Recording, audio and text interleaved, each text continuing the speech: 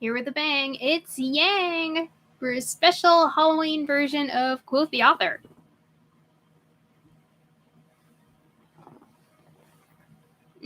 Let's see, I think that bird guy is not totally in the shot. There we go. I was told to get the bird guy in the shot. Like, he's important or something. Hey.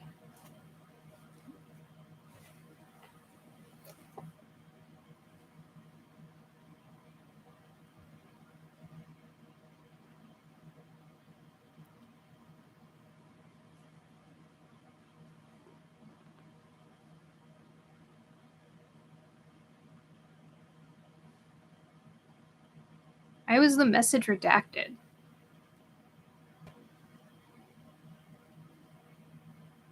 Thanks.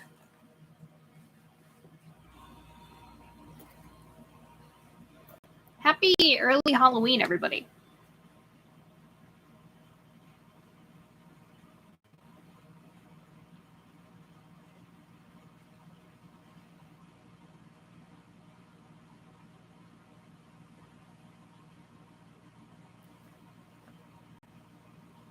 Hey.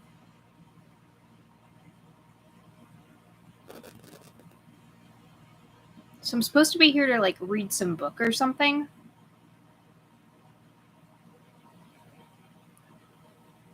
Oh. Yeah, I guess it's technically Halloween Eve. Whatever. Halloween Eve, it counts. She had to be getting ready for Halloween, so she sent me. I don't really like reading books. Probably would have been better to send Blake, but you've got me.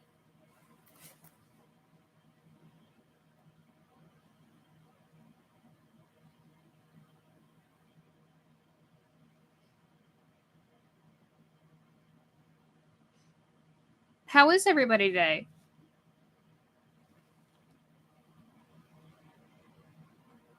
Having a spooky time?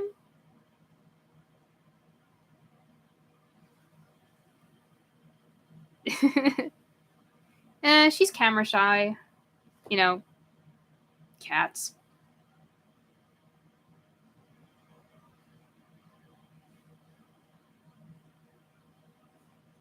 Oh, what's today been like?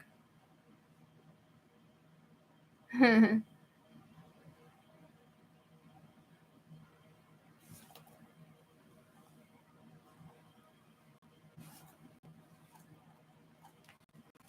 think my glove is riding up in this thing. There we go. All right, that's fixed. I can tell the headphones are going to end up getting caught on these things a lot. Thanks.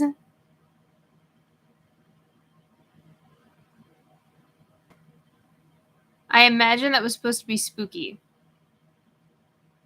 It works.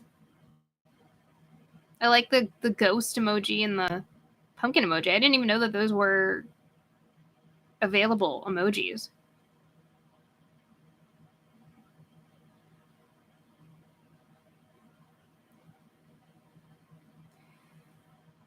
Okay, hold on. Well, these aren't really my gauntlets. You mean like Ember Celica? They're someplace else. This is just my regular gear. Hold on. Let me see if I can show you a better view of my whole outfit. Hold on. See, I knew this would be trouble. Okay.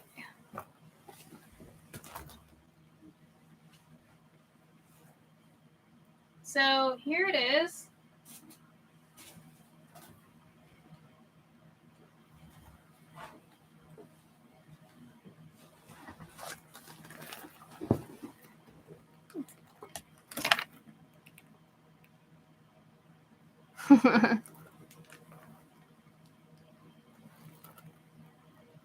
Thanks. Alright, so we should probably get to reading that book. So obviously I wasn't here last week. Where did we leave off? Ugh, words.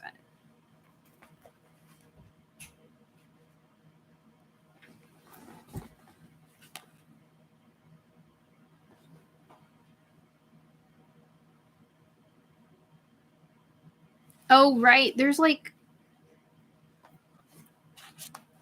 I think I was told that there's like a monster in the woods where this little girl is lost or something.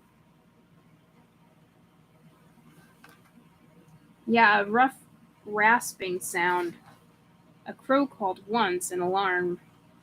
There was a pause, and then the sounds began again, moving closer to where Trisha slept with her head on her arm. Cool.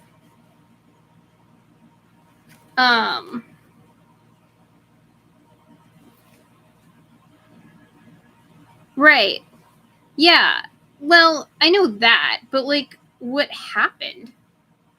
And I think I got it. There's a monster in the woods where this little girl is lost.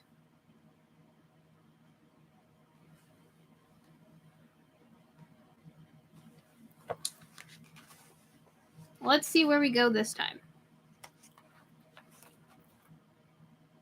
Right. Yeah. I read that part. Okay, so it's bottom of the 4th.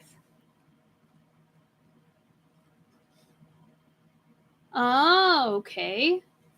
Yeah, that's a good plan.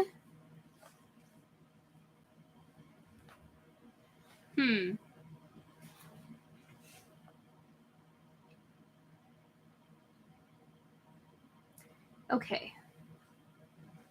They were behind Dad's little house in Malden, just the two of them, sitting in lawn chairs that were a little too rusty, looking over grass that was a little too long. The lawn dwarfs seemed to peer at her, smiling secret, unpleasant smiles from deep in their clumps of weeds. She was crying because Dad was being mean to her. He was never mean to her, and he always hugged her and kissed the top of her head and called her sugar, but now he was. He was being mean, all because she didn't want to open the cellar bulkhead under the kitchen window and go down 4 steps and get him a can of beer from the case he kept down there where it was cool. She was so upset that her face must have broken out because it was all itchy. Her arms, too.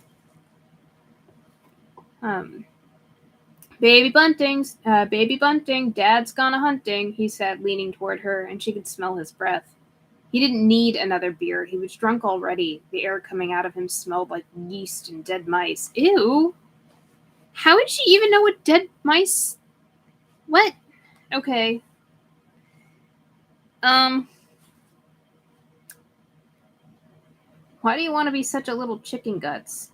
You don't have a single drop of ice water in your veins. Wow, that's great. Like, let's just add injury to insult and just make fun of the person who's sad. Like, that's gonna work.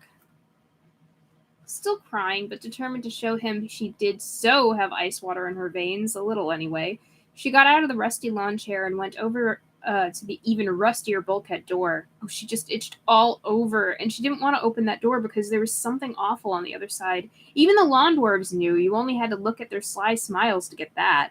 She reached for the handle, though. She grasped it as behind her Dad jeered in that horrible stranger's voice to go on, baby Bunting, go on, sugar, go on, toots, go on and do it. She pulled the door up, and the stairs leading down to the cellar were gone. The stairwell itself was gone. Where it had been was a monstrous, bulging wasp's nest. Hundreds of wasps were flying out of it through a black hole like the eye of a man who has died surprised. And no, it wasn't hundreds, but thousands. This is also... Okay, why would a kid even think of that analogy? Okay. All right. Anyway. Let me just get back to it. But thousands, plump, ungainly poison factories flying straight at her. There was no time to get away. They would all sting her at once, and she would die with them, crawling on her skin, crawling into her eyes, crawling into her mouth, pumping her tongue full of poison on their way down her throat. Trisha thought she was screaming. Oh, sorry, I thought there was a new message there. Trisha thought she was screaming, but when she thumped her head against the underside of the tree trunk, showering bits of bark and moss down into her sweaty hair and waking herself up, she heard only a series of tiny, kittenish mewling sounds. They were all her locked throat would allow. For a moment, she was utterly disoriented, wondering why her bed felt so hard, wondering what she had thumped her head on. Was it possible she had actually gotten under her bed? And her skin was crawling, literally crawling from the dream she had just escaped. Oh God, what a horrible nightmare. She wrapped her head again and stuff began to come back. She wasn't on her bed, or even under it. She was in the woods, lost in the woods. She had been sleeping under a tree, and her skin was still crawling. Not from fear, but because... "Get off! Oh, you bastards, get off!" she cried in a high, frightened voice, and waved her hands rapidly back and forth in front of her eyes. Most of the midges and mosquitoes lifted from her skin and reformed their cloud. The crawling sensation stopped, but the terrible itching remained. There were no wasps, but she had been bitten just the same, bitten in her sleep by pretty much anything that happened by and stopped for a chomp. She itched everywhere, and she needed to pee. I'm going to turn off that air conditioner.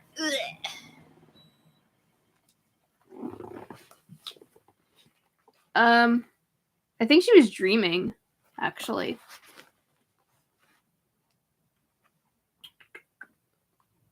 Trisha crawled out from under the tree trunk, gasping and wincing. She was stiff everywhere from her tumble down the rocky slope, especially in her neck and her left shoulder.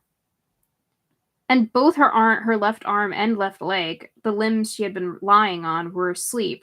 Numb as pegs, her mother would have said. Grown-ups, at least the ones in her family, had a saying for everything: numb as peg, happy as a lark, lively as a cricket, deaf as a post, dark as the inside of a cow, dead as a... No, she didn't want to think of that one. Not now. Trisha tried to get on her feet. Couldn't. And made her way into the little crescent of clearing at a hobbling crawl. As she moved, some of the feelings started to come back into her arm and leg. Those unpleasant tingling bursts of sensation, needles and pins. Or pins and needles. "Damn and blast," she croaked, mostly just to hear the sound of her own voice. "It's dark as the inside of a cow out here." That is a weird metaphor. I know that she just listed it, but like... dark as the inside of a cow? Alright. Except, as she stopped by the brook, Trisha realized that it most surely wasn't. The little clearing was filled with moonlight, cold and lucid, strong enough to cast a firm shadow beside her and put ash-brown sparkles on the water of the little stream. Yeah, right? The object in the sky overhead was a slightly misshapen silver stone, almost too bright to look at. But she looked anyway, her swollen, itchy face and upcast eyes solemn. Tonight's moon was so bright that it had embarrassed all but the brightest stars into invisibility, and something about it, or about looking at it from where she was, made her feel alone. Made her feel how alone she was. Her earlier belief that she would be saved just because Tom Gordon had gotten 3 outs in the top of the ninth was gone. Might as well knock on wood, toss salt back over your shoulder, or make the sign of the cross before you stepped into the batter's box, as Nomar Garcia Parra always did. There were no cameras here, no instant replays, no cheering fans.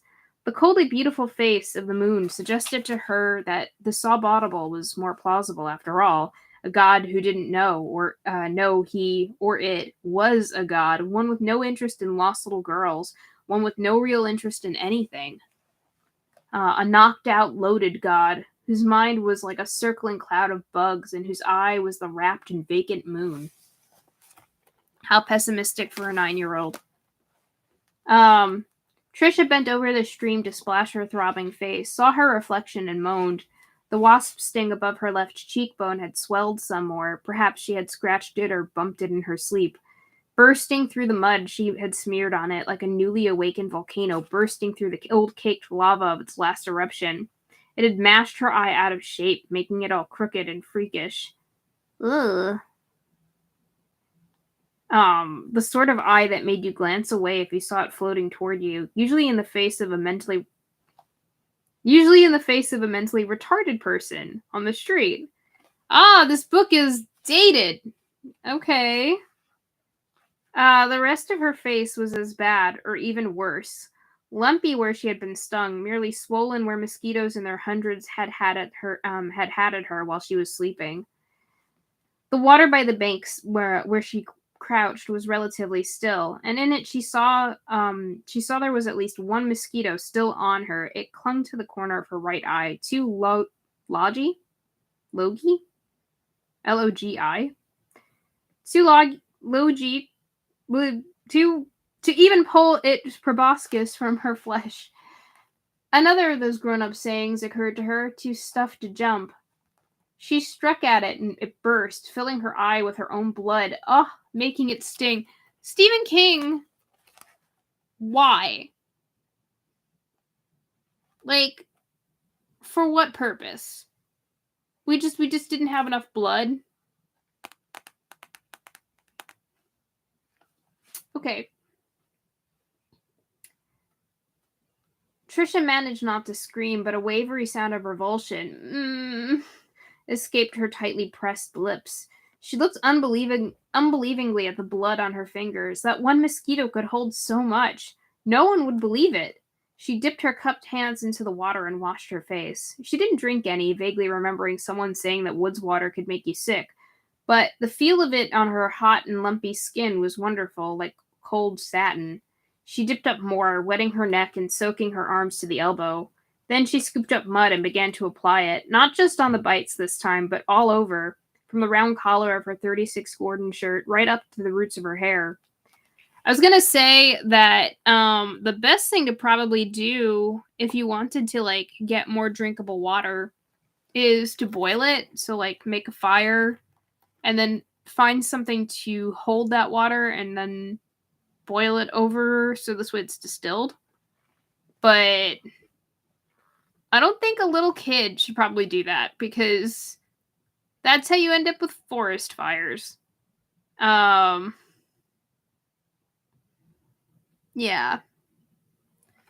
So, like, let's not do that. The best thing that could have happened is for her to have a good family who would have, like, noticed she was gone right away and not lost her in the first place. Hey. The know-how. Yeah, I don't think... I mean, you could probably, like, craft something up. Not, like, craft some... Like, I don't mean build something necessarily, but she might be able to find something around that would help. Or she might be able to, like, repurpose something that's already in her pack. But, like, that would be a lot. And again, probably don't want to have a forest fire. Right. She has the plastic bottle. At least for now, she has the plastic bottle. And she has the plastic bottles of soda, too. Yeah. Okay. Okay. She dipped her cupped hands into... Okay. As she did it, she thought of an I Love Lucy episode she'd seen on Nick at Night. Lucy and Ethel at the beauty parlor, both of them wearing these funky 1958 mud packs. And Desi had come in and he said, "Hey, Lucy, which one are you?" And the audience had howled. I read it that way because it's written that way. It's actually, like, written in the accent. So, fun that. And the audience had howled. She probably looks like that, but Trisha didn't care. There was no audience out here, no laugh track either, and she couldn't stand to be bitten anymore. It would drive her crazy if she was. She applied mud for 5 minutes, finishing with a couple of careful dabs to her eyelids, then bent over to look at her reflection. What she saw in the relatively still water by the bank was a minstrel show mud girl by moonlight. Her face was a pasty gray, like a face on a vase pulled out of some archaeological dig. Above it, her hair stood up in a filthy spout. Her eyes were white and wet and frightened. She didn't look funny, like Lucy and Ethel getting their beauty treatments. She looked dead. Dead and badly embarned, or whatever they called it. Speaking to the face in the water, Trisha intoned, "Then Little Black Sambo said, 'Please, tigers, do not take my fine new clothes.'" But that wasn't funny either. She smeared mud up her lumpy, itchy arms and lowered her hands towards the water, meaning to wash them off. But that was stupid. The gosh darn bugs would just bite her there. The pins and needles had mostly worked out of her arm and leg. Trisha was able to squat and pee without falling over. She was also able to stand up and walk, although she grimaced with pain each time she moved her head more than a little to the left or right. She supposed she had a kind of whiplash injury, like the one Mrs. Chetwynd from up the block had gotten when some old man had rammed her car behind her as she waited for a traffic light to change. The old man hadn't been hurt a bit, but poor Mrs. Chetwynd had been in a neck brace for 6 weeks.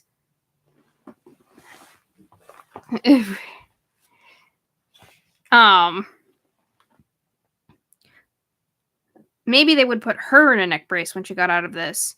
Maybe they would take her to a hospital in a helicopter with a red cross on the belly like in MASH, and forget it, Trisha.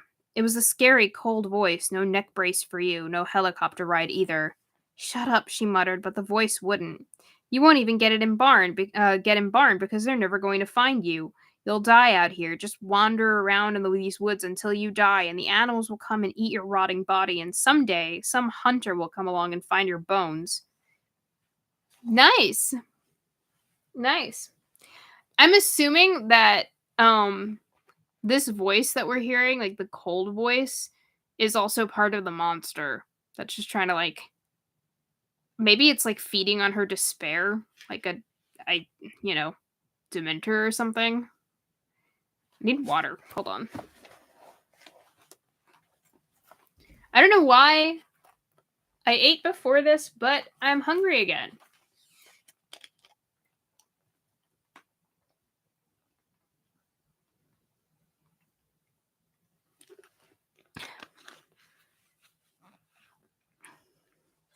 What's utterly ridiculous?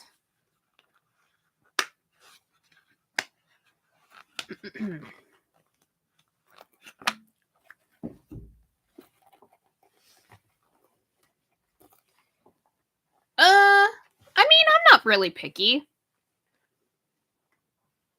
I don't have favorite foods or something. Ruby does. They're weird stuff. She has a really weird sense of taste. The stuff that nobody else likes, that's what Ruby likes. And she tried to explain it one time as nobody else appreciates these things, so she tries harder to appreciate those things. But I don't know. I just say try to appreciate everything. Maybe not those things, though. Oh, okay, I get it. So yeah, I don't have any favorite foods or anything.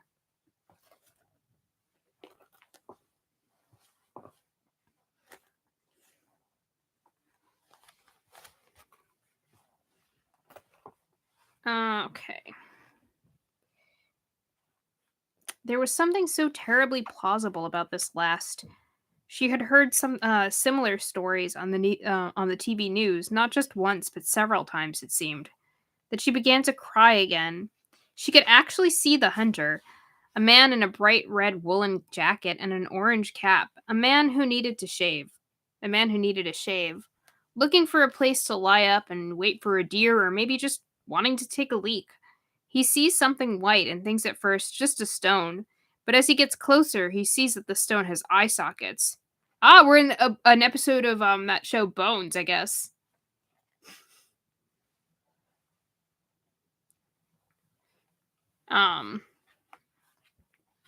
Stop it, she whispered, walking back to the fallen tree and the wrinkled spread remains of the poncho under it. She hated the poncho now. She didn't know why, but it seemed to symbolize everything that had gone wrong. Stop it, please. The cold voice would not. The cold voice had one more thing to say. One more thing, at least. It's okay. Or maybe you won't just die. Maybe the thing out there will kill you and eat you. Trisha stopped by the fallen tree. One hand reached out and grasped the dead jut of a small branch, and looked around nervously. From the moment of waking, all she'd really been able to think about was how badly she itched. The mud had now soothed the worst of the itching, and the residual throb of the wasp stings, and she again realized where she was, in the woods alone and at night. At least there's a moon, she said, standing by the tree and looking nervously around her little crescent of a clearing. It looked even smaller now, as if the trees and the underbrush had crept in closer while she was sleeping. Crept in slyly. The moonlight wasn't as good a thing as she'd thought, either. It was bright in the clearing, true, but it was a deceptive brightness that made everything look simultaneously too real and not real at all. Shadows were too black, and when a breeze stirred the trees, the shadows changed in a disquieting way. Something twittered in the woods, seemed to choke, twittered again, and was silent. An owl hooted, far off. Closer to, a branch snapped. What was that? Trisha thought, turning toward the snapping sound. Her heartbeat began to ramp up from a walk to a jog to a run. In another few seconds, it would be sprinting, and then she might be sprinting as well, panicked all over again and running like a deer in front of a forest fire. Nothing. It was nothing, she said. Her voice was low and rapid, very much her mother's voice, although she did not know this.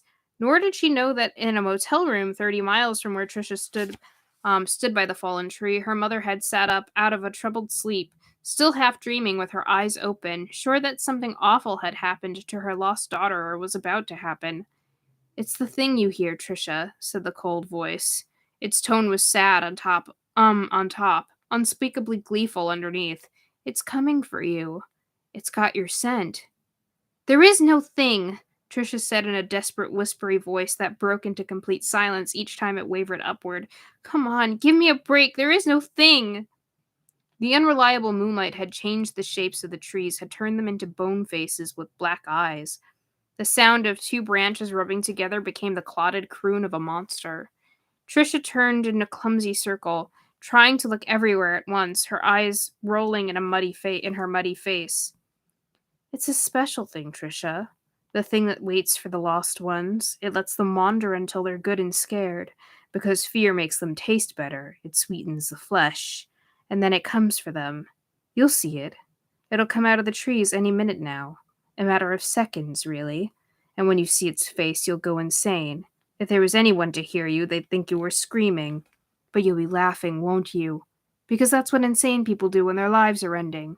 They laugh, and they laugh, and they laugh. This voice is a little overdramatic. Stop it! There is no thing! There is no thing in the woods! You stop it! She whispered this very fast, and the hand holding the nub of dead branch clutched it tighter and tighter until it broke with a loud report like a starter's gun. The sound made her jump and utter a little scream, but it also steadied her. She knew what it was, after all, just a branch. And when she had broken, she could still break branches. She still had that much control over the world. Sounds were just sounds. Shadows were just shadows. She could be afraid. She could listen to that stupid traitor of a voice if she wanted to. But there was no special thing in the woods.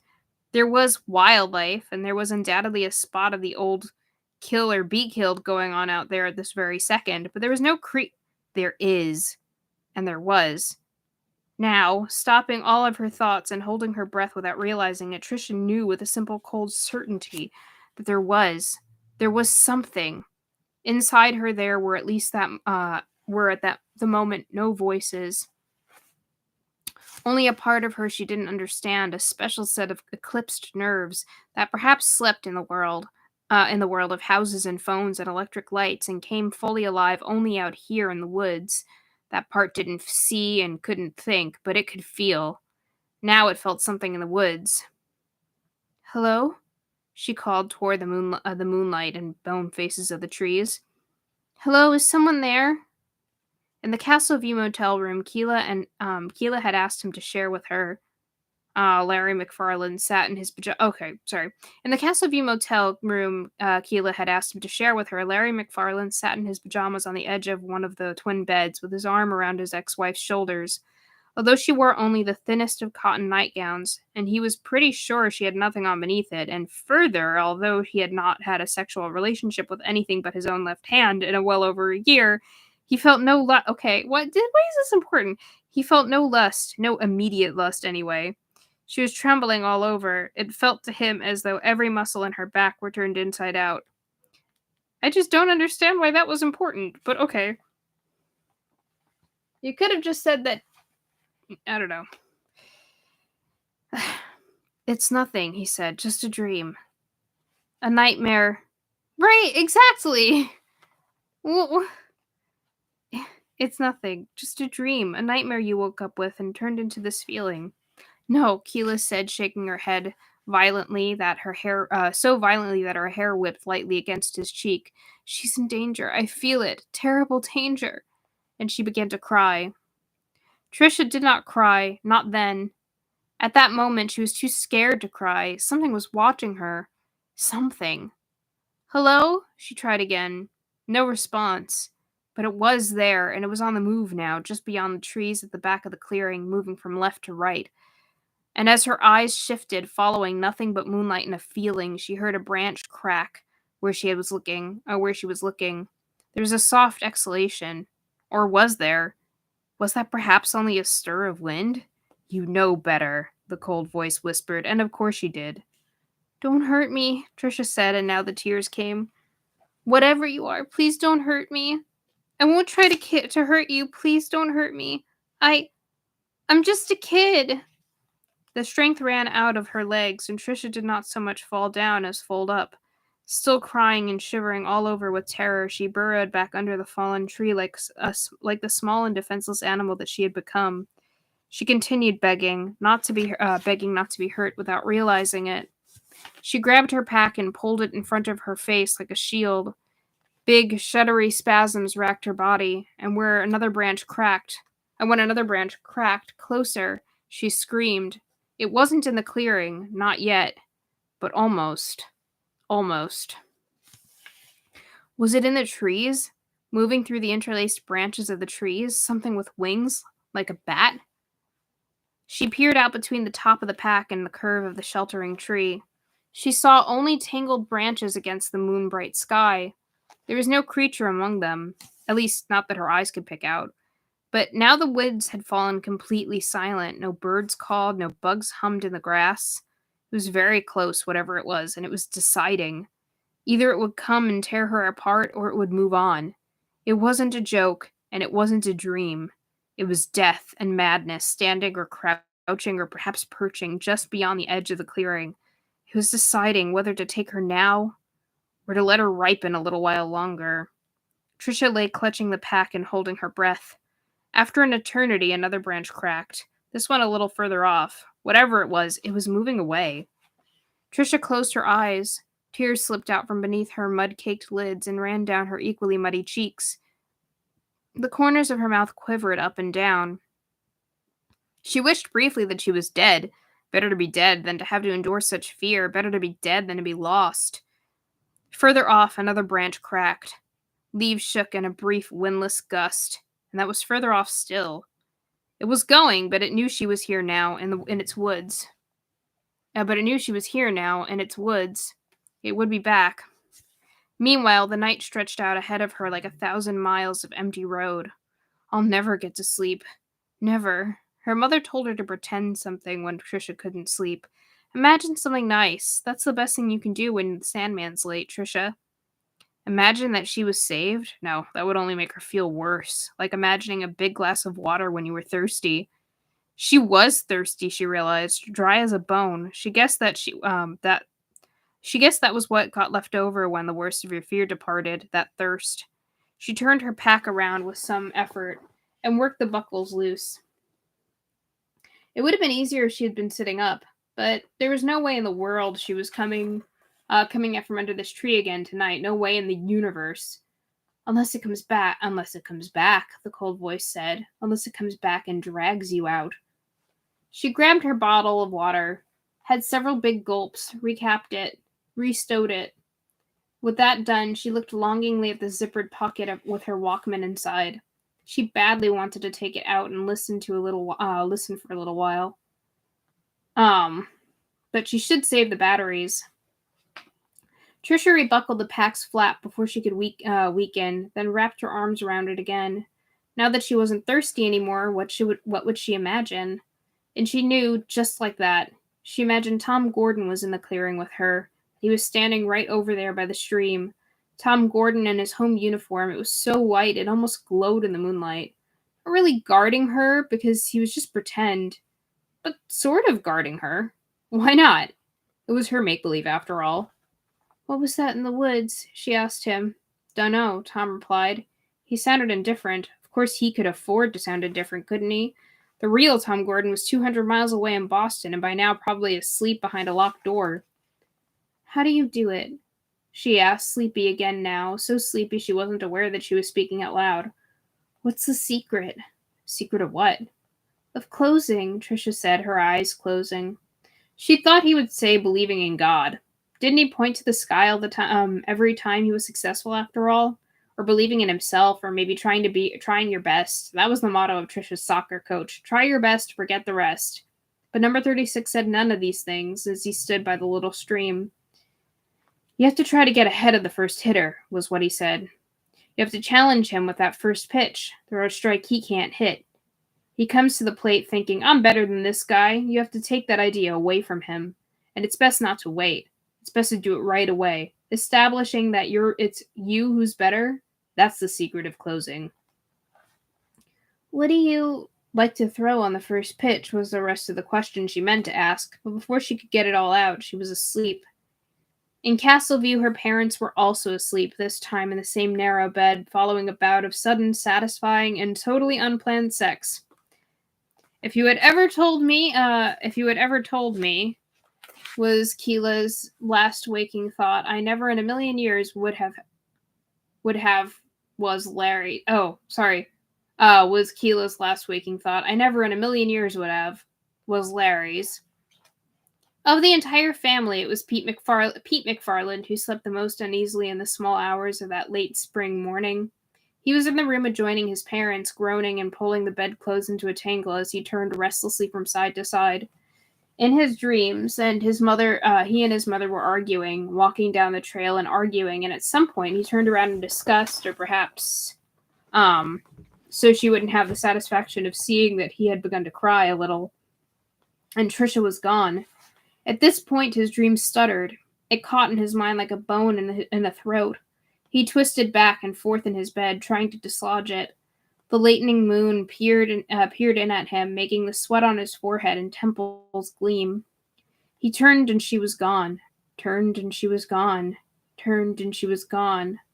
There was only the empty path. No, Pete muttered in his sleep, shaking his head from side to side, trying to instict the dream, to cough it loose from before it choked him. He could not. He turned and she was gone. Behind him there was only the empty path. It was as if he had never had a sister at all. Okay, hold on just 1 second while I take some more water.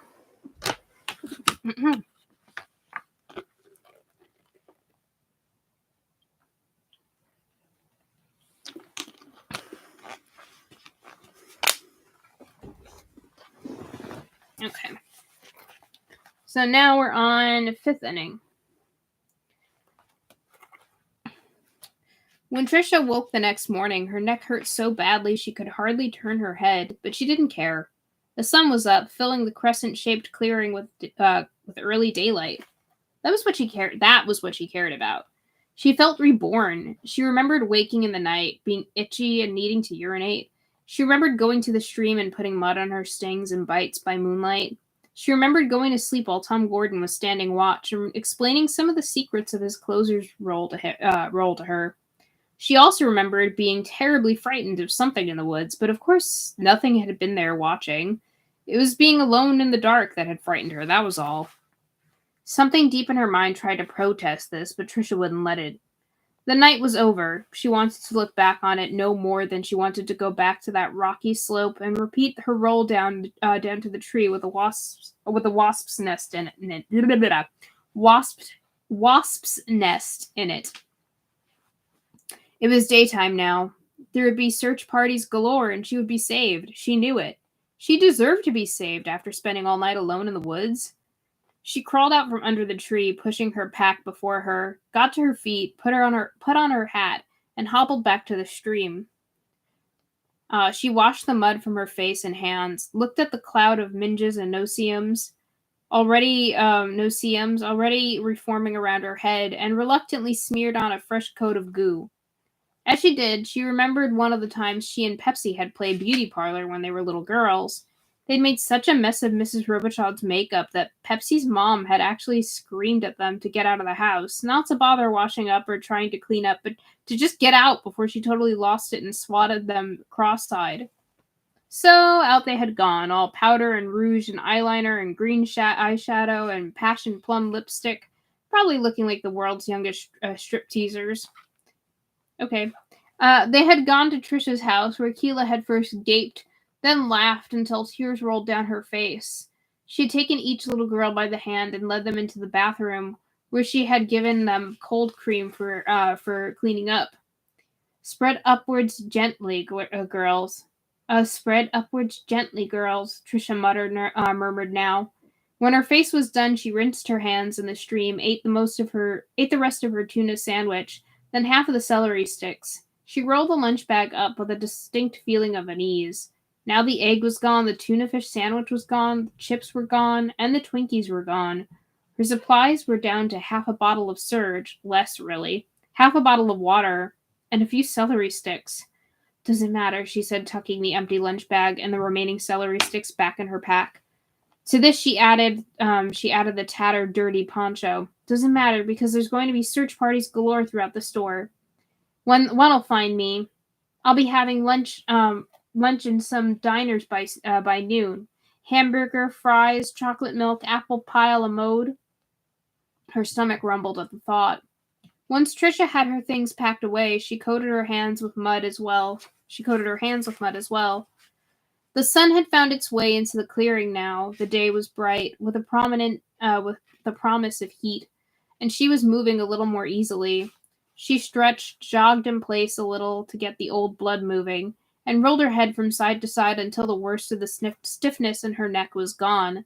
She paused a moment longer, listening for voices or dogs, possibly the irregular whoop whoop whoop, whoop whoop whoop whoop of helicopter blades.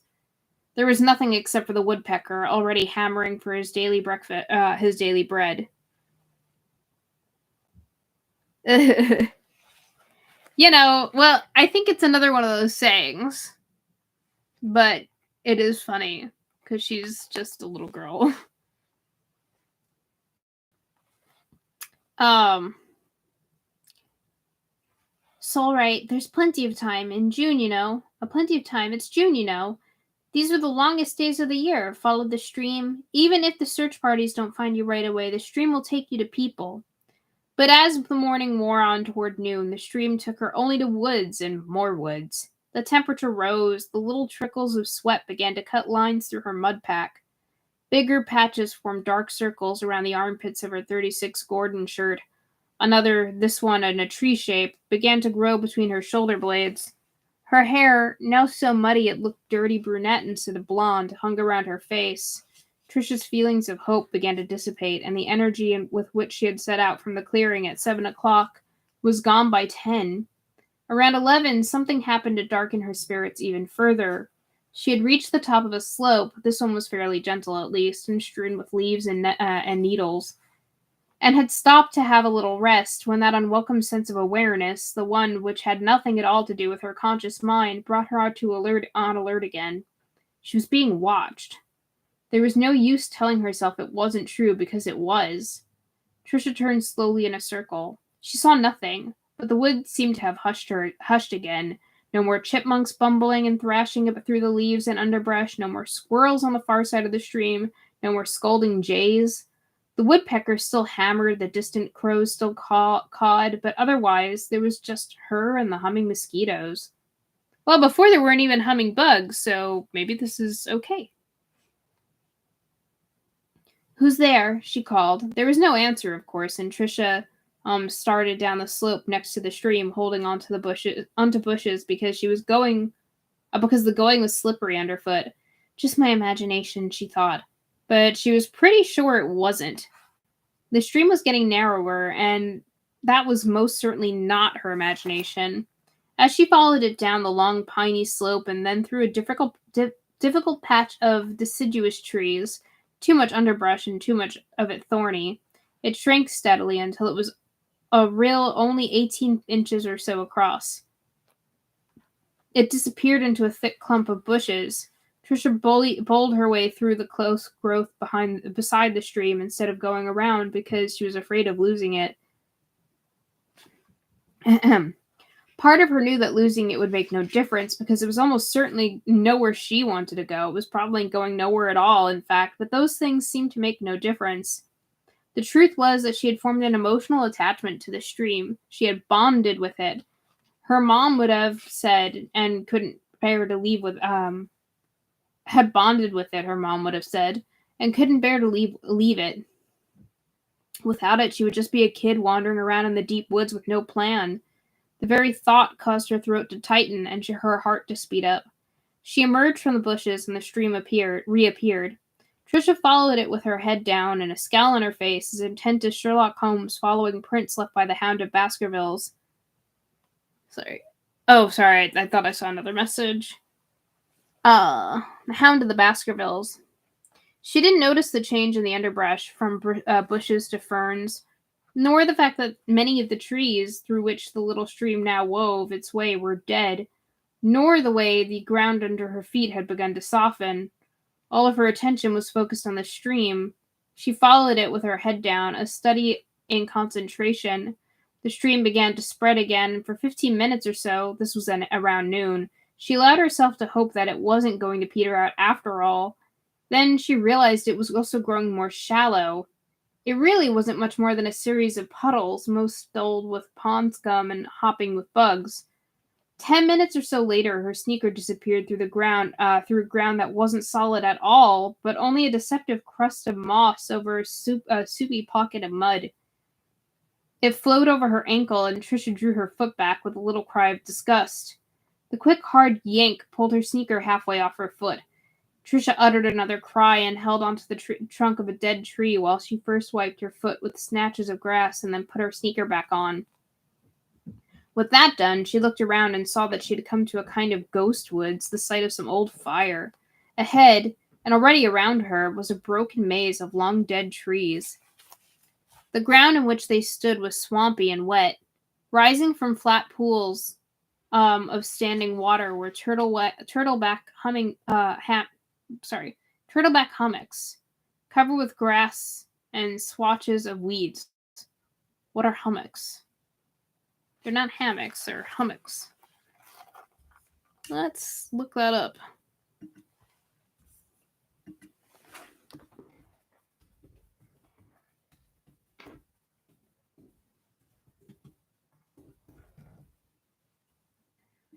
What is that?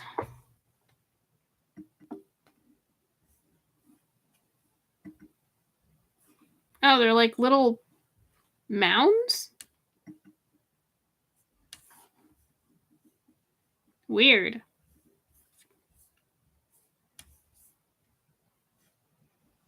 Are they trying to say like hills? Huh. Interesting. Where were we?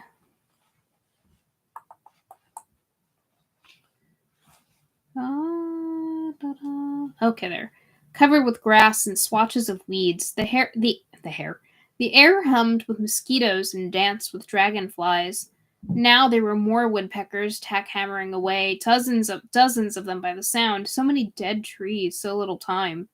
Trisha's brook wandered away into this morass and was lost. Into this morass and was lost. What do I do now, huh? She asked in a teary, tired voice. Will somebody please tell me that? There were lots of places to sit and think about it, tumbles of dead trees everywhere, many still bearing scorch marks on their pallid bodies.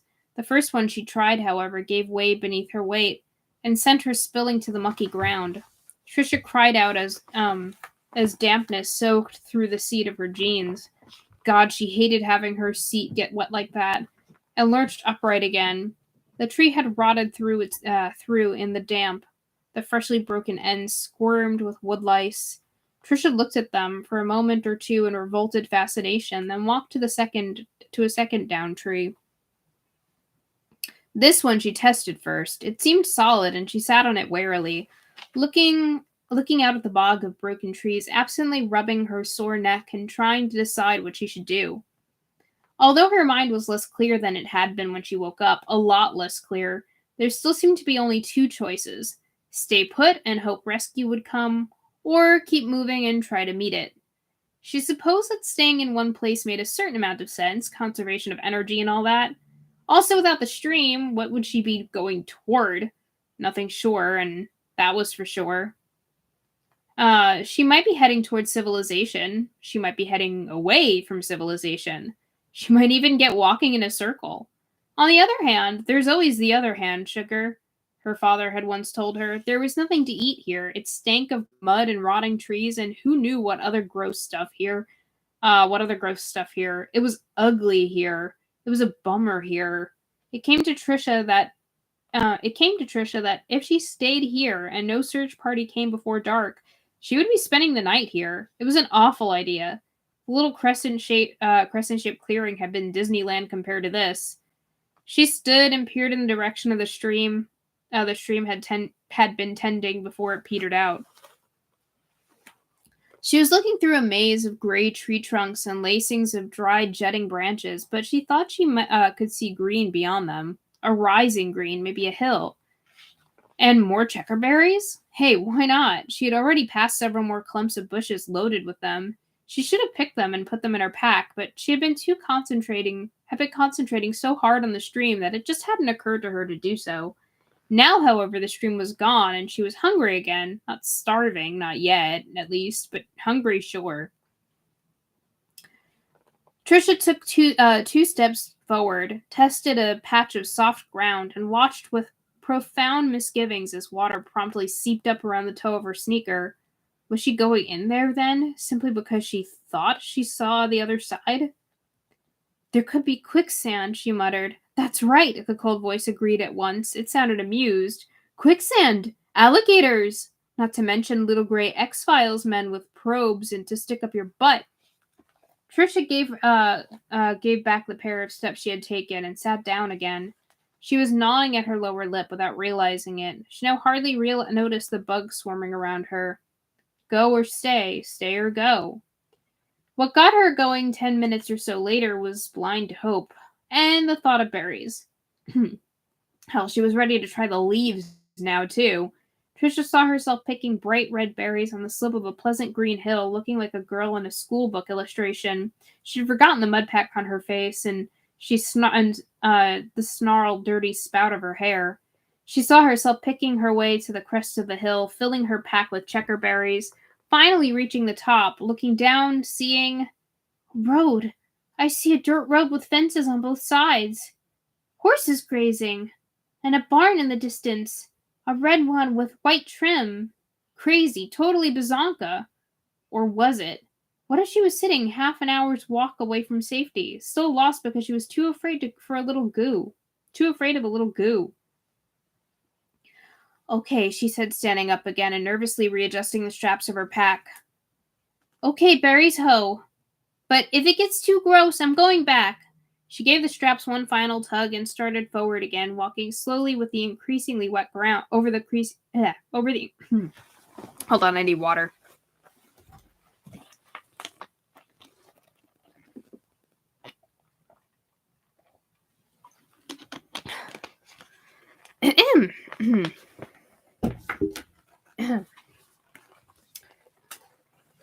Okay.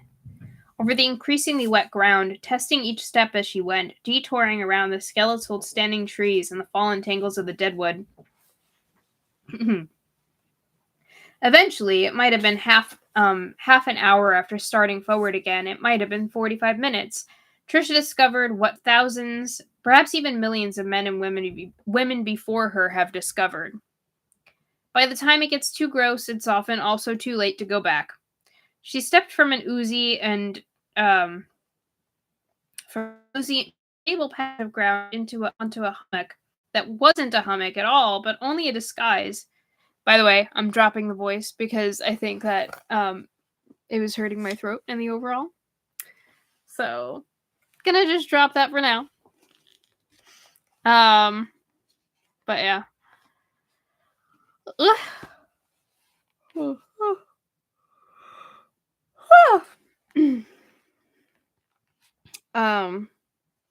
Her foot went into a cold, viscous substance that was too thick to be water and too thin to be mud.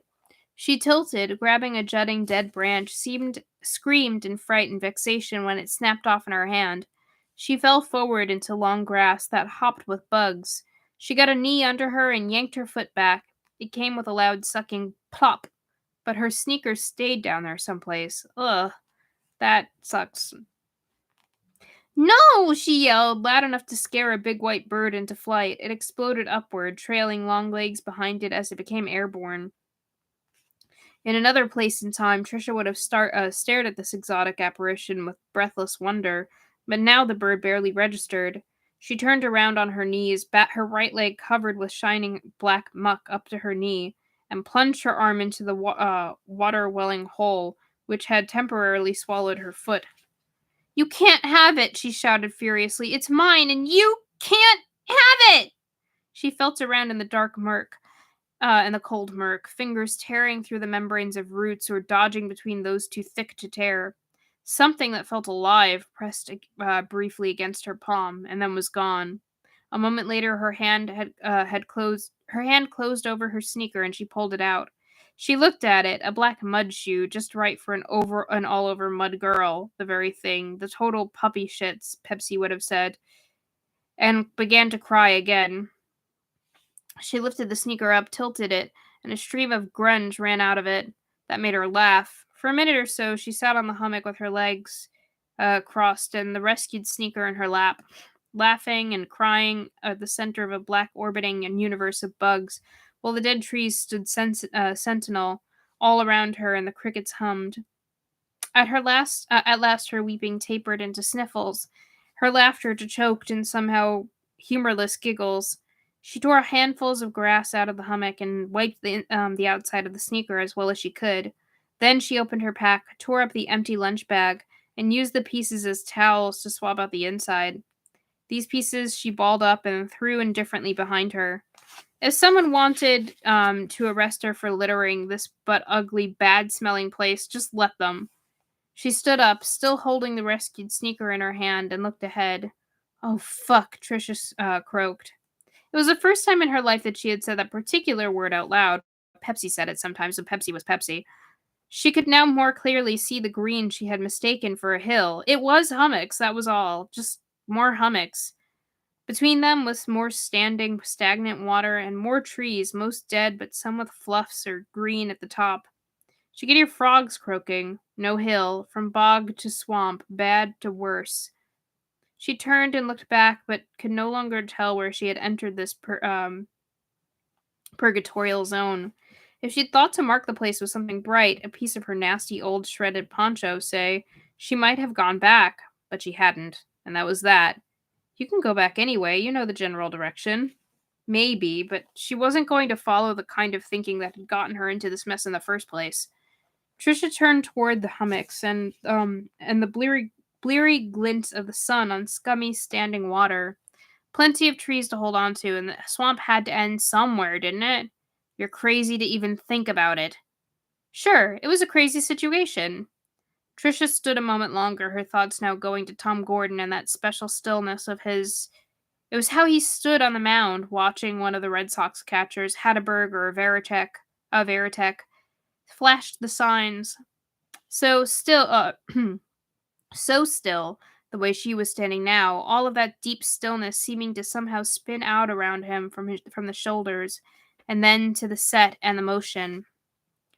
He's got ice water in his veins, her dad said.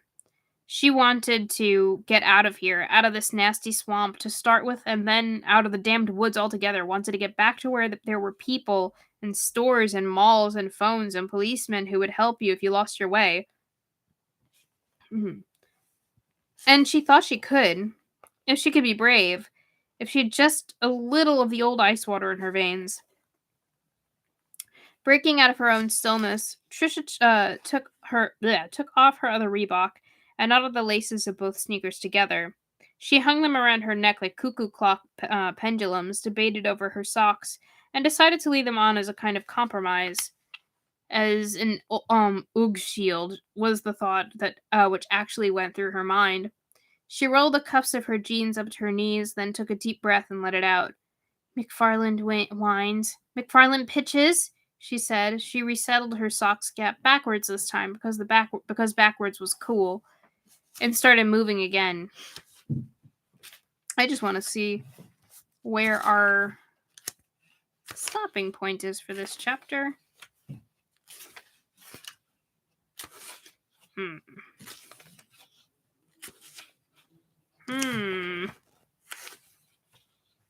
Is it a very long chapter? It's looking like it is. Okay, well,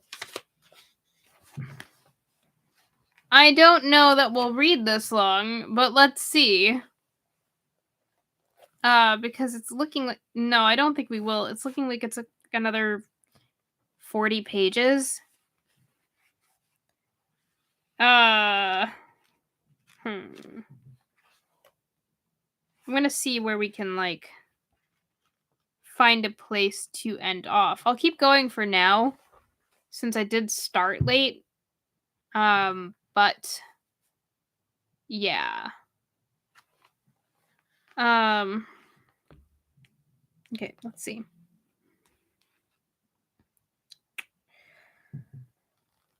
Trisha stepped from hummock to hummock with careful deliberation, looking up frequently and snatching little glances, setting a landmark and then moving toward it, just as she had yesterday.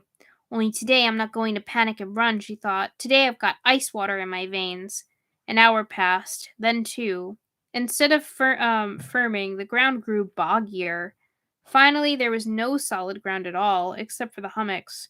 Trisha went from one to the next, steadying herself with branches and bushes where she could, holding her arms out for balance like a tightrope walker where there was nothing good to hold on to.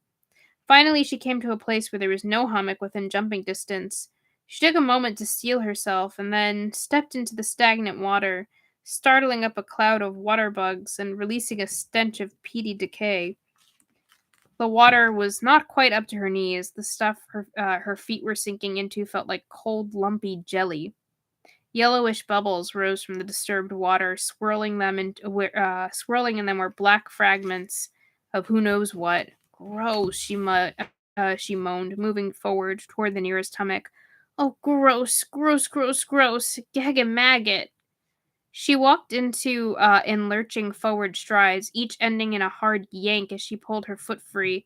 She tried not to think of what could happen if she couldn't do that, if she got stuck in the bottom ooze and started to sink. Gross, gross, gross. It had become a chant. Sweat ran down her face in warm droplets and stung in her eyes. The crickets seemed stuck on one high, endless note. Reek. Ahead of her, on the hummock, which was her next stop, 3 frogs jumped out of the grass and into the water. Plip, plip, plop. Budweiser, Trisha said, and she smiled wanly. There's just like a lot of like references that are only relevant to specific time periods, and it doesn't work for a book to really stand the test of time. And I don't know why They're just not a good idea. Why would you do that? There's a lot of them. Like, that is... So, I happen to get that reference. There was an old Budweiser commercial where there were these frogs that would go... One of them would go Bud, and then another one would be Y, and the other one would be Zer. And they would just, like, croak together and say the brand. Like, I remember that, but, like... Who... Not many people are gonna remember that. There were tadpoles by the thousands swimming in the yellow black murk. Yeah, I know. I'm dating myself. There were tadpoles by the thousands swimming in the yellow black murk around her. As she looked down at them, one of her feet encountered something hard and covered with slime. A log, maybe. Trisha managed to flounder over it without falling and reach... maybe?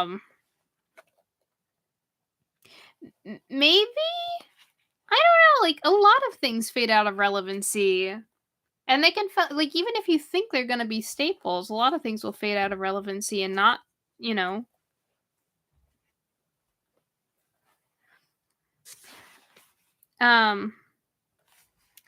Did I say the last word there? Trisha managed to flounder over without falling and reach the hummock. Gasping, she pulled herself up and looked anxiously at her mud-slimy feet and legs, half expecting to see bloodsuckers or something even worse squirming all over them.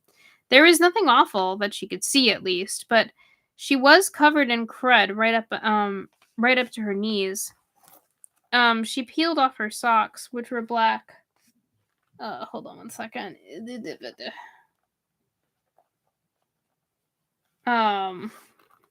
Okay.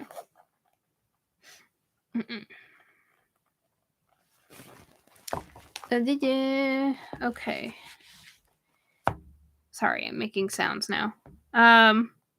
She peeled off her socks, which were black, and the white skin beneath them looked more like socks than her socks did. This caused Trisha to laugh maniacally. She lay back on her elbows and howled at the sky, not wanting to laugh like that, like insane people. A total idiot, but for a while she couldn't stop. When she was finally able to, she wrung her socks out, put them back on, and got up. She stood with her hand shielding her eyes, picked out a tree with a large lower branch broken off and dangling in the water, and made that her next goal. McFarland whines. McFarland pitches, she said tiredly, and started off again. She was no longer thinking about berries. All she wanted now was to get out of here in one piece. There is a point at which people who are cast upon their own resources stop living and begin merely surviving. The body, with all its freshest sources of energy exhausted, falls back on stored calories. Sharpness of thought begins to dull. Perception begins to both narrow and grow perversely bright.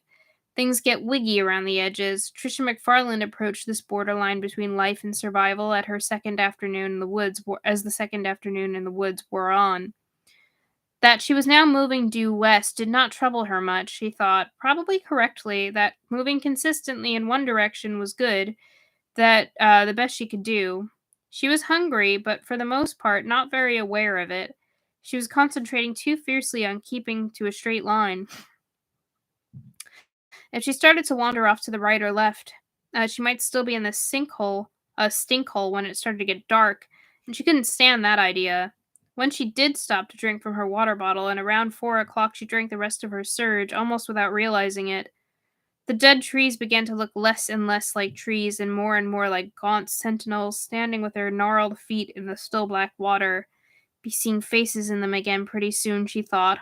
While wading past one of these trees, there were no hummocks for almost 30 feet in any direction. She tripped over another submerged root or branch, and this time sprawled full length, splashing and gasping.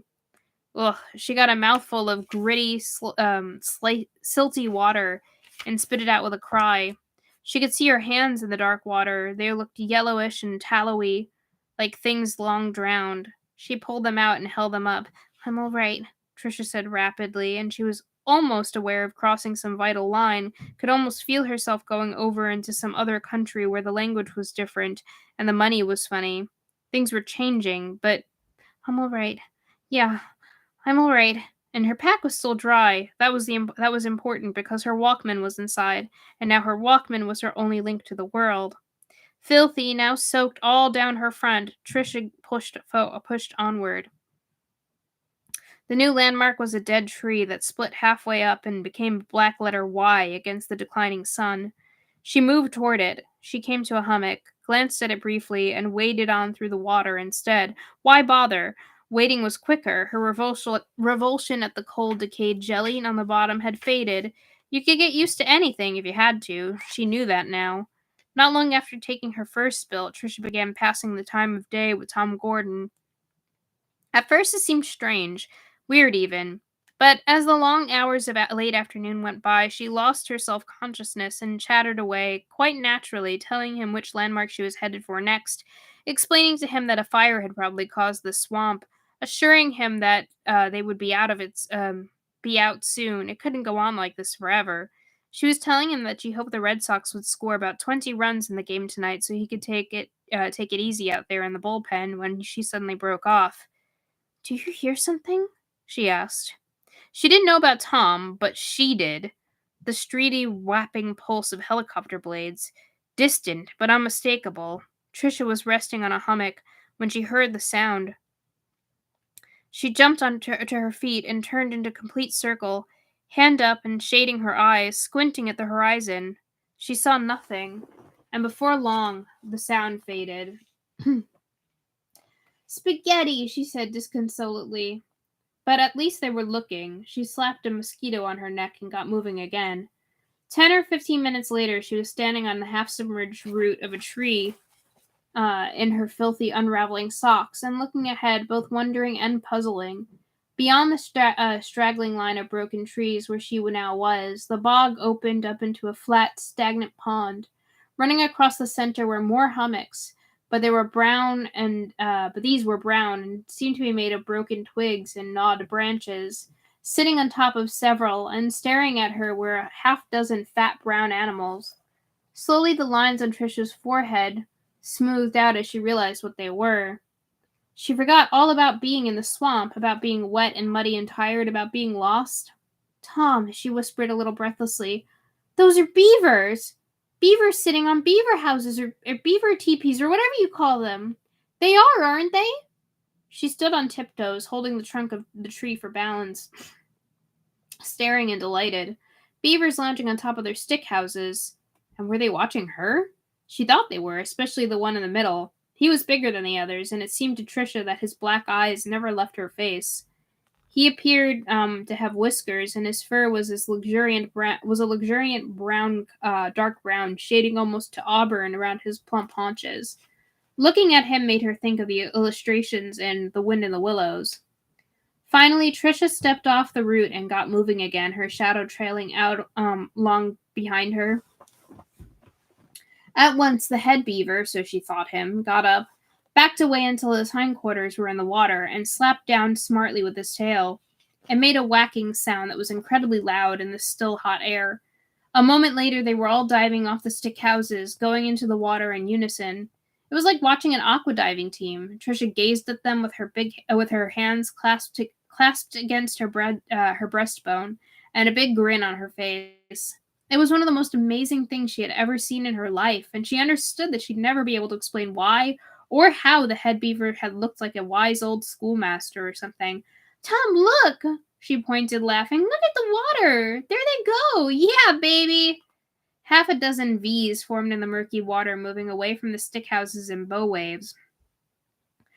Then they were gone, and Trisha started moving again. Her current landmark was an extra large hummock with dark green ferns growing all over it like wild hair. She approached it along a gradual arc instead of walking in a straight line. Seeing the beavers had been great, totally ghetto in Pepsi-E's. But that's not okay. But she had no desire to encounter one while it was swimming underwater. She had seen enough pictures to know that even little beavers had big teeth. For a while, Trisha uttered a shriek each time a submerged bit of grass or weed brushed against her. Sure, it was the head beaver or one of his minions wanting her out of the neighborhood. Keeping the beaver condos always on her right, she approached the extra-large hummock, and as she drew closer, a sense of hopeful excitement began to grow in her. Those dark green ferns weren't just ferns, she thought. She had been fiddleheading with her mother and her grandmother 3 springs in a row, and she thought those fiddleheads... What? And she thought those were fiddleheads. Fiddleheads were over in Sanford. Had been for at least a month, but her mother had told her they came into season quite a bit later inland, almost up until July, and especially marshy places. It was hard to believe anything good could come out of this smelly patch of creation, but the closer Trisha got, the surer she became. And fiddleheads weren't just good; fiddleheads were delicious. Even Pete, who had never met a green vegetable he liked except for frozen bird's-eye peas nuked in a microwave, ate fiddleheads. She told herself not to expect too much, but 5 minutes after the possibility first occurred to her, Trisha was sure. There was no mere hummock up ahead. That was no mere hummock up ahead. That was Fiddlehead Island. Except maybe she thought as she drew closer, wading slowly through the water that was now thigh-deep, Bug Island would be a better name. There were lots of bugs out here, of course, but she kept replenishing her mud pack and had pretty much forgotten about them until now. The air over Fiddlehead Island absolutely shimmered with them, and not just minges and no-see-ums. There were a gazillion flies as well, and as she drew closer, she could hear their somnolent, somehow shiny buzz. She was still half a dozen steps away from the first bunches of plump, furled greens when she stopped, hardly aware of her feet settling into the muggy mulch under the water. The greenery bordering this side of the tussock was shredded and torn. Here and there, soggy, uprooted bunches of fiddleheads still floated on the black water. Further up, she could see bright red splashes on the green. I don't like this, she murmured, and when she moved, it was to her left instead of her straight ahead. Fiddleheads were fine, but there was something dead or badly wounded up there. Maybe the beavers fought with each other for mates or something. She wasn't yet hungry enough to dare meeting a wounded beaver while gathering an early supper. That would be a good way to lose a hand or an eye. Halfway around Fiddlehead Island, Trisha stopped again. She didn't want to look, but at first she couldn't look away. "Hey, Tom," she said in a high, trembling voice. "Oh, hey, bad." It was the severed head of a small deer. It had rolled down the slope of the tussock, leaving a trail of blood and matted fiddlehead ferns behind, and now lay upside down at the water's edge. Its eyes shimmered with nits. Regiments of flies had alit on the ragged stump of its neck.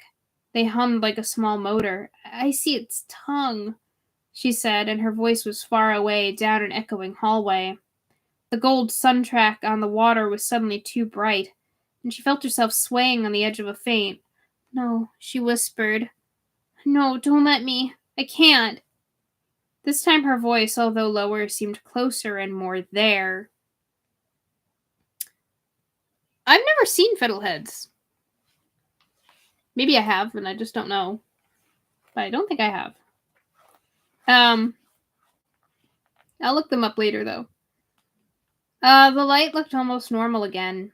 Thank God. The last time she wanted was to faint while standing almost waist deep. Wait, what? The last thing she wanted... Oh, that makes sense. The last thing she wanted was to faint while standing almost waist deep in stagnant, mucky water. No fiddleheads, but no fainting. But no fainting either. It almost balanced. She pushed ahead, walking further and being less careful about testing her footing before settling her weight. She moved in an exaggerated side-to-side motion, hips rotating, arms going back and forth across her body in short arcs. She guessed if she had a leotard on, she'd look like the guest of the day on Workout with Wendy.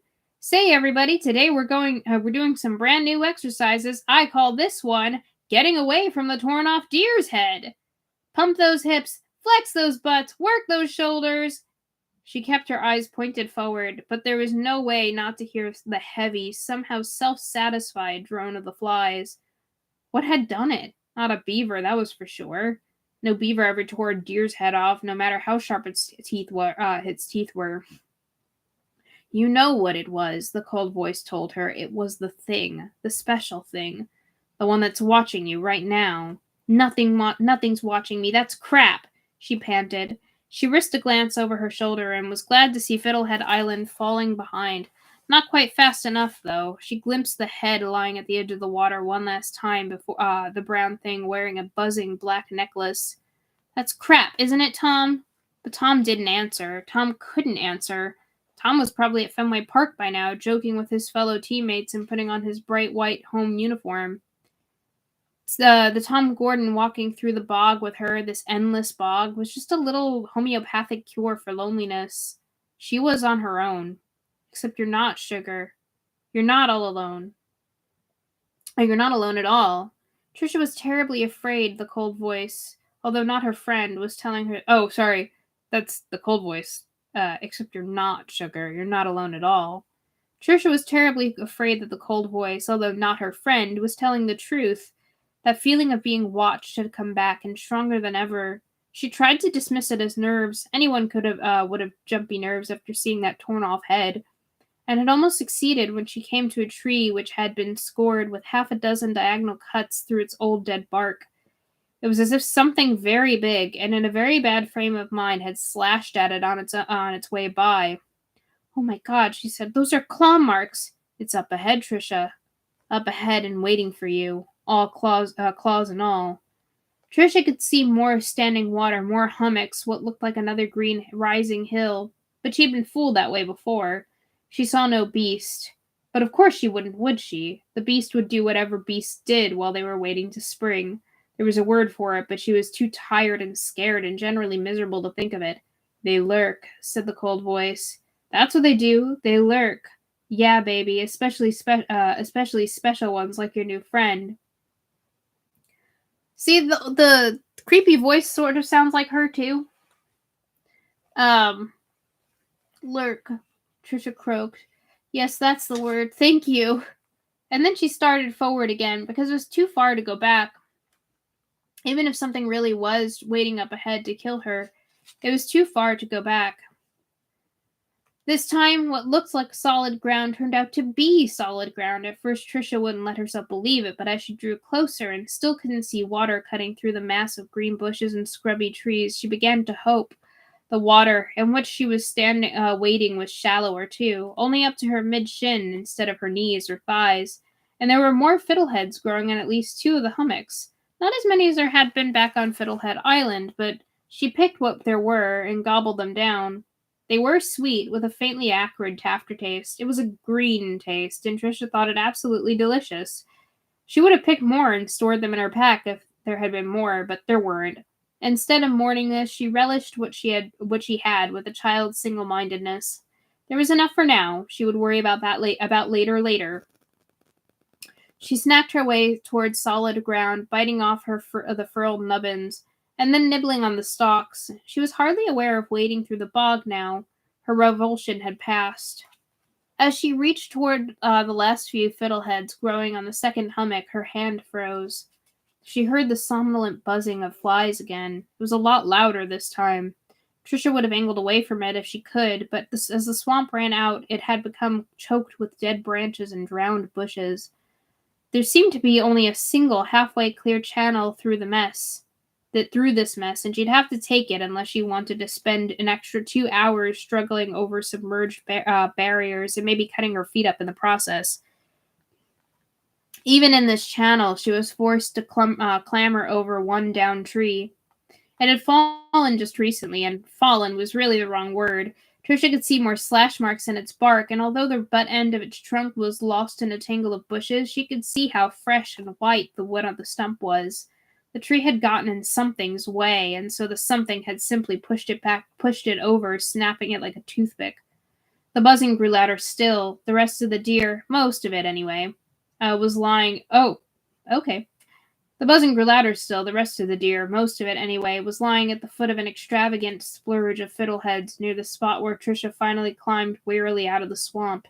It lay in two pieces, which were connected by a fly-shining snarl of intestines. One of its legs had been torn off and stood propped against the trunk of a nearby tree like a walking stick.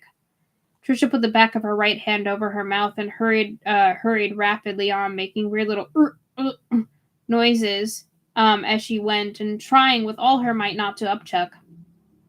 The thing that had killed the deer wanted her to upchuck, maybe, Was that possible? The rational part of her mind, and there was still quite a lot of it, said no, but it seemed to her that something had deliberately polluted the two biggest, lushest growths of fiddleheads in the bog with the deer's mangled body, and it had done that. And if it had done that, was it impossible to believe it might try to make her throw up the little nourishment she had managed to scrounge? Yes, it is. You're being a dork. Forget it. And don't upchuck, for heaven's sake. The irk noises were like big, meaty hiccups, began to space themselves out as she walked west. Keeping on a westward course was easy now, with the sun low in the sky. And the sound of the flies began to recede. When it was entirely gone, Trisha stopped, took off her socks, then slipped her sneakers back on. She wrung the socks out again, then held them up and looked at them. She could remember putting them on her in her Sanford bedroom, just sitting there on the end of the bed and putting them on while she sang, "Put your arms around me, 'cause I gotta get next to you," under her breath. That was Boys to the Max. That was Boys to the Max. She and Pepsi thought Boys to the Max were yummy, especially Adam. See, I don't know who this is. She remembered the patch of sun on the floor. She remembered her Titanic poster on the wall. This memory of putting her on her socks in her bedroom was very clear, but very distant. I know this is a weird place, but I might stop reading here, only because it's a very long chapter and my throat is kind of sore.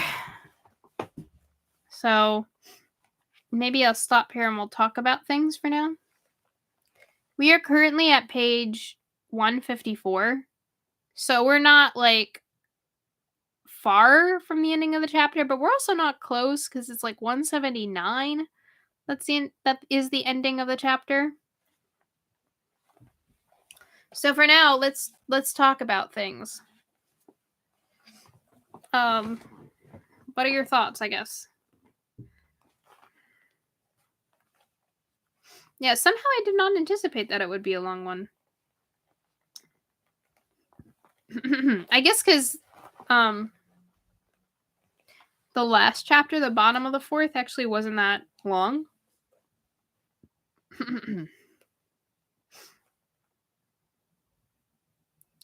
Yeah, I think so too. Like, I mean, it would suck to have to go back after all this. But at the same time, yeah.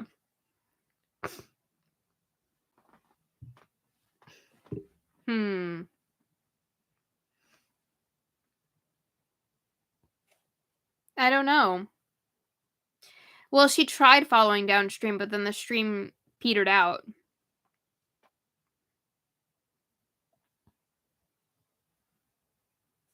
That was the problem.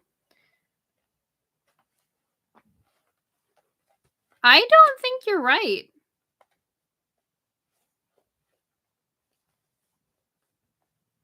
It definitely seems supernatural.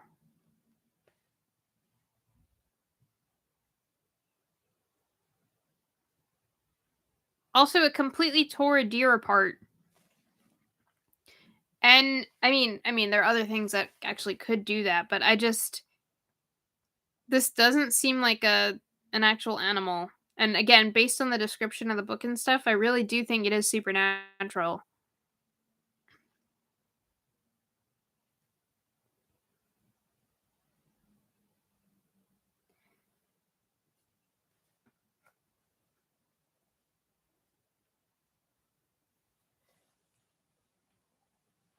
Would it be a spoiler, Kayla? Could you tell us that if it's supernatural or not? Or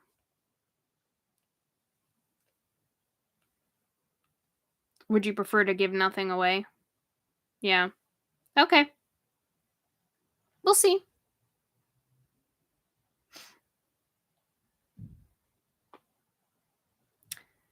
Yeah,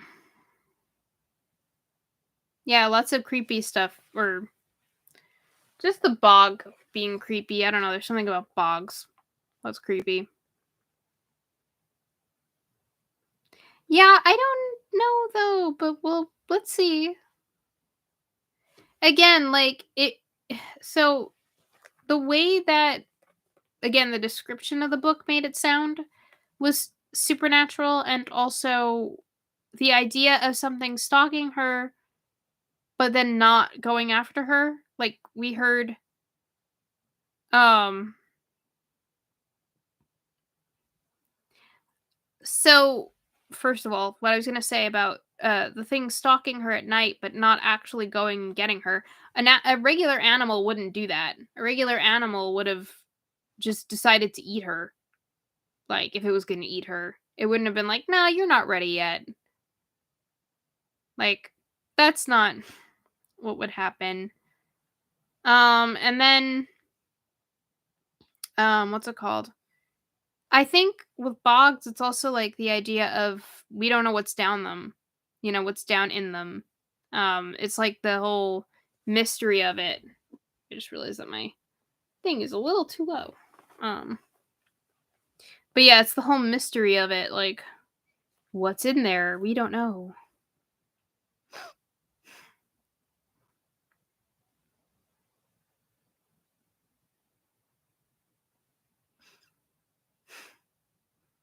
Maybe.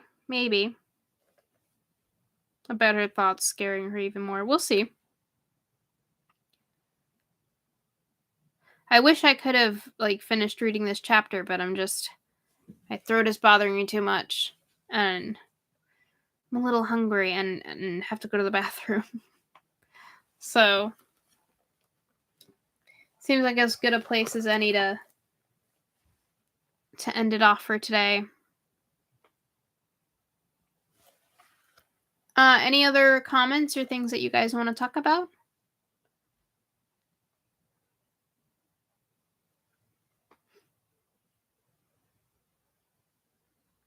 Yeah, I mean, it's not like I can't read. It's just not really one of my hobbies, you know?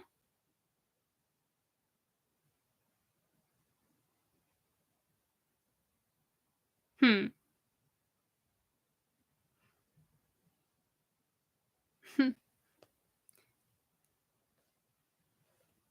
I can't really speak to how Ruby is right now, but I'm gonna go ahead and base myself in like volume 5 and say that I hope she's doing good.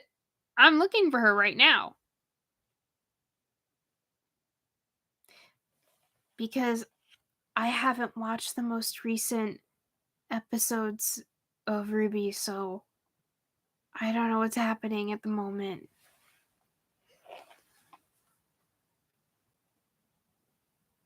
Ruby's Ruby!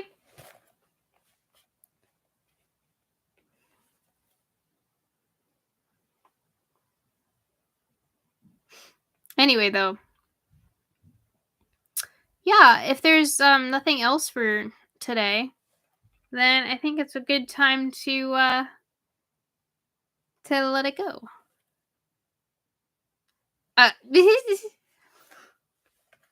Right, uh-huh. I remember there was one I can't remember who it was or when. I remember there was one member who was like, "I don't know." Like, I don't know what they're doing. I know what I'm doing. I think it was Yoongi. Anyway. Yeah.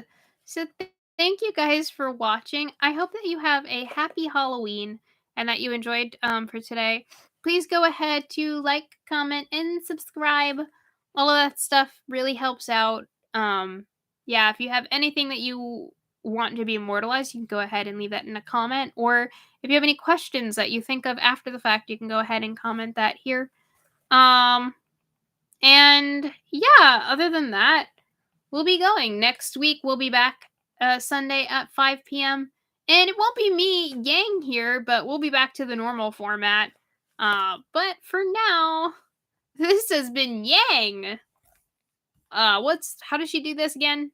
This has been Yang. Bye-bye.